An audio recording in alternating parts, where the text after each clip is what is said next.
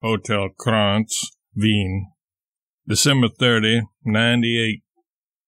Dear Howells, I begin with a date, including all the details, though I shall be interrupted presently by a South African acquaintance who is passing through, and it may be many days before I catch another leisure moment. Note how suddenly a thing can become habit, and how indestructible the habit is afterward. In your house in Cambridge 100 years ago, Mrs. Howells said to me, "Here is a bunch of your letters, and the dates are of no value because you don't put any in. The years, anyway." That remark diseased me with a habit which has cost me worlds of time and torture and ink and millions of vain efforts and buckets of tears to break it, and here it is yet. I could easier get rid of a virtue. I hope it will interest you, for I have no one else who would much care to know it, that here lately the dread of leaving the children in difficult circumstances had died down and disappeared, and I am now having peace from that long, long nightmare, and can sleep as well as anyone. Every little while for these 3 years now, Mrs. Clemens has come with pencil and paper and figured up the condition of things. She keeps the accounts and the bank book, and has proven to me that the clouds were lifting, and so has hoisted my spirits temporarily, and kept me going till another figuring up was necessary. Last night she figured up for her own satisfaction, not mine, and found that we own a house and furniture in Hartford, that my English and American copyrights pay an income which represents a value of $200,000, and that we have $107,000 cash in the bank.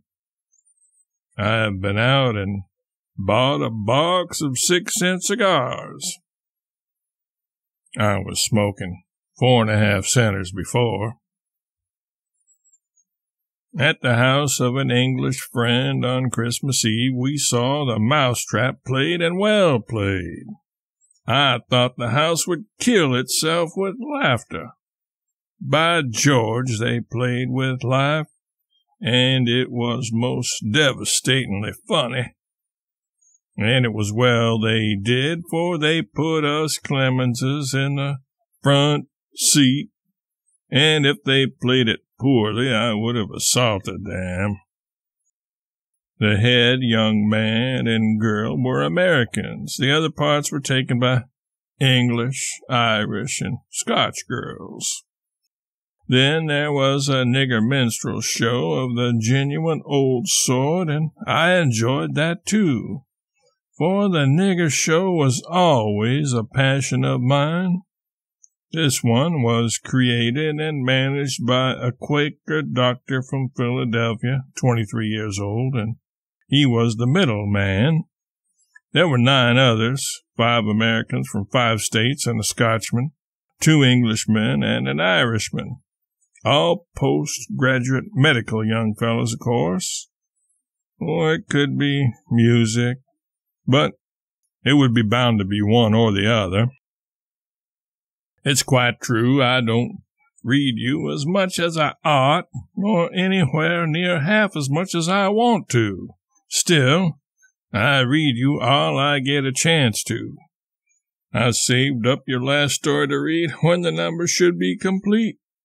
But before that time arrives, some other admirer of yours carried off the papers. I will watch admirers of yours when the silver wedding journey begins, and that will not happen again. The last chance at a bound book of yours was in London nearly 2 years ago. The last volume of your short things by the Harpers. I read the whole book twice through, and some of the chapters several times. And the reason that was as far as I got with it was that I'd lent it to another admirer of yours, and he is admiring it yet. Your admirers have ways of their own. I don't know where they get them. Yes, our project is to go home next autumn if we find we can afford to live in New York. We've asked a friend to inquire about flats and expenses, but perhaps nothing will come of it. We do afford to live in the finest hotel in Vienna and have 4 bedrooms, a dining room, a drawing room, 3 bathrooms, and 3 fourzimmers, and food, but we couldn't get the half of it in New York for the same money, $600 a month. Susie hovers about us this holiday week, and the shadows fall all about us of the days when we went gypsying a long time ago. Death is so kind, so benignant to whom he loves, but he goes by us others and will not look our way. We saw the Master of Palmyra last night, how death with the gentleness and majesty made the human grand folk around him seem little and trivial and silly. With love from all of us, to all of you, Mark.